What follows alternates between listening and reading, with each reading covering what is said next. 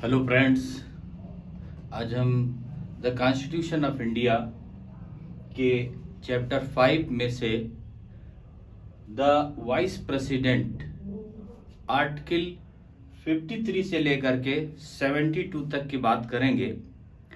इसमें आर्टिकल 52 में दिया हुआ है कि भारत का एक उपराष्ट्रपति होगा।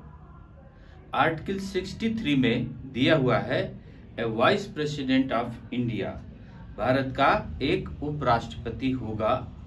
The office of the vice president is the second highest office in the country, देश का ये दूसरा सबसे सर्वोच्च ऑफिस होगा। पहला किसका था? राष्ट्रपति का। दूसरा वाइस प्रेसिडेंट का सर्वोच्च ऑफिस होगा। इसके बाद में आर्टिकल 64 कहता है इसका, the vice president shall be ex officio chairman of the council of the state.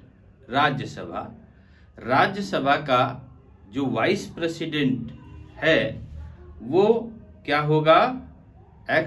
वो होगा एक्स ऑफिसियो चेयरमैन। राज्यसभा का सदस्य, राज्यसभा का वह चेयरमैन होगा।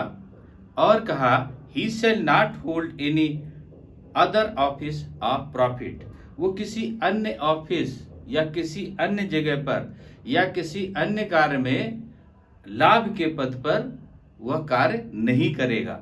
वो कहाँ कार्य करेगा? केवल राज्यसभा में चेयरमैन के पद पर कार्य उसका होगा। ये हो गया आर्टिकल 64 में। अब आर्टिकल 65 इसका कहता है, during any period when the vice president acts as president और discharges the functions of the president. अब प्रेसिडेंट जब नहीं होगा, किसी कारणवश आकस्मिक उसका ऑफिस खाली होगा, मतलब प्रेसिडेंट का ऑफिस खाली होगा, उस समय पर वाइस प्रेसिडेंट प्रेसिडेंट के रूप में कार्य करेगा। कैसे? जब आकस्मिक कोई ऐसी बात आ जाती है कि प्रेसिडेंट ऑफिस में मौजूद नहीं होगा, उस समय पर जो वाइस प्रेसिडेंट है वो प्रेसिडेंट के जैसे कार्य करेगा।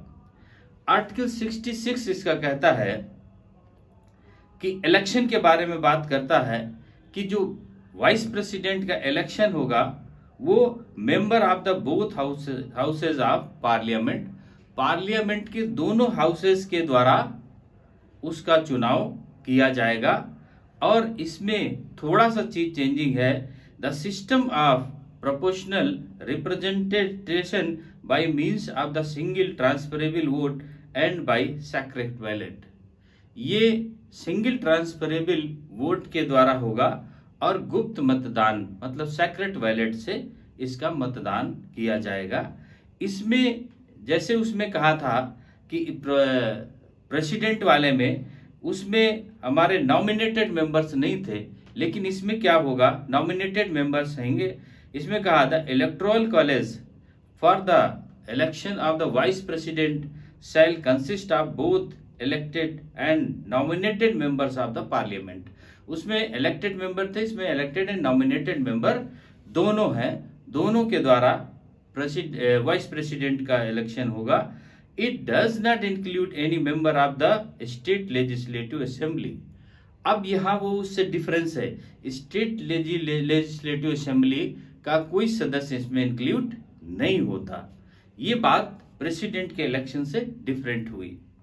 अब इसमें कहा कि इसके बाद में द इलेक्शन का प्रोसेस क्या होगा? वो बिल्कुल प्रेसिडेंट के जैसे होगा कि the vice president shall not be a member of either house of parliament और a house of the legislative of the state. वो दोनों का, पार्लियामेंट का और लेजिस्लेटिव असेंबली का, दोनों का सदस्य नहीं होता है। लेकिन अगर कहीं लेजिस्लेटिव असेंबली या किसी का सदस्य है वो और उसे प्रेसिडेंट वाइस प्रेसिडेंट के रूप में चुनाव में खड़ा किया गया और जैसे ही उसका डिक्लेयर होता है वैसे ही उसकी वो पोस्ट जो वो लेजिस्लेटिव असेंबली की या किसी का सदस्य था वो उसकी नहीं रह जाएगी, वो उसकी खत्म हो जाएगी।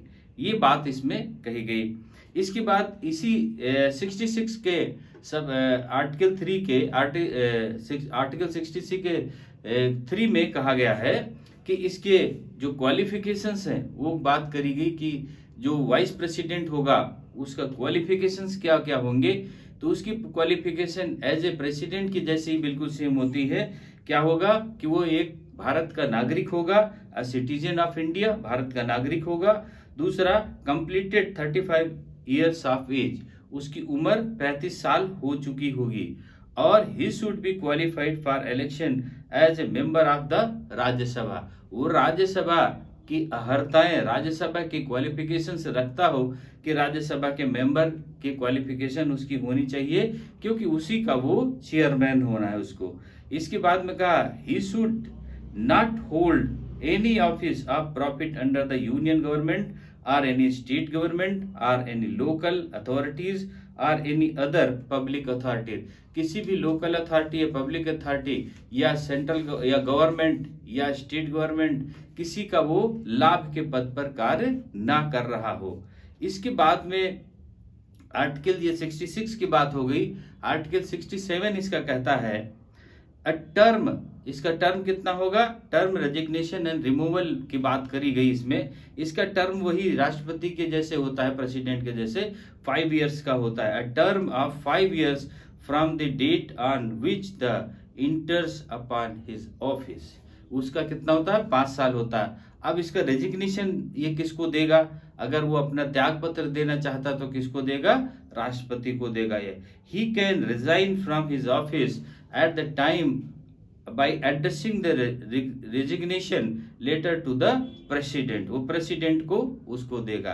अब रिमूवल की बात रही कि इसको हटाया कैसे जा सकता है, उसकी बात आ गई। तो हटाने के लिए वही प्रोसेस चलेगा, लेकिन उससे थोड़ा सा भिन्न होगा जो हमारा प्रेसिडेंट का चला था। He can be removed from the office before completion of his term, अगर उसका टाइम पूरा नहीं हुआ 5 साल का, उसके पहले उसको हटाया जाना है तो प्रोसेस क्या होगा, he can be removed by A resolution of the Rajya Sabha passed by an absolute majority. वो एब्सोल्यूट मेजॉरिटी से राज्यसभा में उसका प्रपोजल पास होना चाहिए। वो मेजॉरिटी क्या होती है, पहले भी आ चुका है इसमें, majority of the total member of the house, total member of the house से उसकी मेजॉरिटी होनी चाहिए। And agreed by the Lok Sabha, और लोकसभा की सहमति होनी चाहिए। No such resolution can be moved unless at least 40 days advance notice has been given, 14 दिन पहले इसकी नोटिस दी जाएगी। और नोटिस में फिर वही बात, एड्रेसिंग अगर चाहे तो वाइस प्रेसिडेंट उसको एड्रेसिंग कर सकता है, अगर नहीं करता है तो 14 दिन की नोटिस के बाद इस रेजोल्यूशन को पास किया जाएगा जिसमें से लोकसभा की सहमति होगी। No ground has been mentioned in the constitution of his removal, और इसके और ने कोई ग्राउंड जो कॉन्स्टिट्यूशन में है कि उसको हटाने के नहीं दिए गए। ये बात इसमें आ गई। अब ये तो होगी बात 67 की। अब बात आती है 68 में, ये बात 69 की बात क्या करते हैं, 69 में कहा कि ओथ, उसका शपथ कैसे होगा, उसकी बात 69 में करी गई। तो 69 में ओथ की बात, ओथ वही प्रेसिडेंट के जैसे होगा। 3 बातें इसमें कॉमन होंगी वाइस प्रेसिडेंट के, to bear true faith and allegiance to the constitution of India. And second बात क्या होगी, to faithfully discharge the duties of his office. और लास्ट में इसकी बात वाइस प्रेसिडेंट में क्या है, vice president is administrated by the president और some person appointed in that behalf of him. अब प्रेसिडेंट का किसने किया था, चीफ जस्टिस ऑफ इंडिया ने, chief justice of supreme court ने किया था। अब इसके बाद में वाइस प्रेसिडेंट का फिर प्रेसिडेंट कराएगा, या प्रेसिडेंट के द्वारा नॉमिनेटेड कोई मेंबर होगा उसके द्वारा उसका ये कराया जाएगा। तो ये बात हो गई कि 69 तक की बात हो गई। अब 70 में क्या करेंगे, इसमें 70 में इसके जो बड़ा पावर दिया गया 70 में किसको, पार्लियामेंट को इसमें पावर दे दिया गया। इसमें कहा गया discharge of president's functions in other contingencies, कि इनमें पार्लियामेंट को पावर दिया गया कि पार्लियामेंट ऐसा कोई रूल, अगर आपत्तिकाल आ जाता है, ऐसी कोई बात आ जाती है, तो प्रेसिडेंट को पार्लियामेंट को पावर दिया गया कि वो रूल बना सकती है। पार्लियामेंट में make such provisions as it thinks fit for the discharge of the function of the president in any contingency not provided for in this chapter. इस चैप्टर में जो प्रोवाइडेड नहीं किया गया, उसके अलावा भी अगर पार्लियामेंट चाहती है कोई रूल बनाना, तो वह पार्लियामेंट अपने रेजोल्यूशन से पार्लियामेंट में रूल बना सकती है। ये बात 70 में करी, बड़ी बात है प्रेसिडेंट के लिए कि उसके लिए रूल बना सकती है। अब इसमें 71 में कहा इसमें कि matters relating to or connected with the election of the president और वाइस प्रेसिडेंट। जो प्रेसिडेंट है और वाइस प्रेसिडेंट है, उसके इलेक्शन में अगर कोई ऐसी बात आ जाती है, ऐसी कोई बात आ जाती है कि उसमें कोई मैटर बन जाता है, तब उसके सॉल्व कौन करेगा अगर प्रेसिडेंट के उसमें आ जाता है। तो इसमें कहा गया है कि सुप्रीम कोर्ट ऑफ इंडिया का जो डिसीजन होगा वही लास्ट डिसीजन होगा। सुप्रीम कोर्ट ऑफ इंडिया अगर वाइस प्रेसिडेंट या प्रेसिडेंट के इलेक्शन में किसी प्रकार की बाधा आ जाती है, किसी प्रकार का विवाद आ जाता है, तो उसको सॉल्व करने के लिए सुप्रीम कोर्ट ऑफ इंडिया जो डिसीजन देगी वही उसका लास्ट डिसीजन होगा और वही उसको माना जाएगा। उसमें सारे डिस्प्यूट्स जिस प्रकार के होंगे वो सारे dispute supreme court of India के द्वारा सॉल्व किए जाएंगे। तो अभी इसमें आर्टिकल 53 से लेकर के 72 तक वाइस प्रेसिडेंट के बारे में बात करी गई। थोड़े से प्रेसिडेंट से डिफरेंट रूल थे, उनके बारे में बताया। अब इनकी जो पावर्स हैं वाइस प्रेसिडेंट प्रेसिडेंट्स के, उसके पावर के बारे में हम आगे 73 से बात करेंगे कि जो प्रेसिडेंट्स के हैं पावर्स क्या हैं, उनके बारे में बात करेंगे। तभी ये चैप्टर हमारा तो जो यूनियन एग्जीक्यूटिव है वो कंप्लीट हो पाएगा। तो अब इसके हम नेक्स्ट पार्ट में आर्टिकल 73 से मिलते हैं। ओके, थैंक यू, जय हिंद।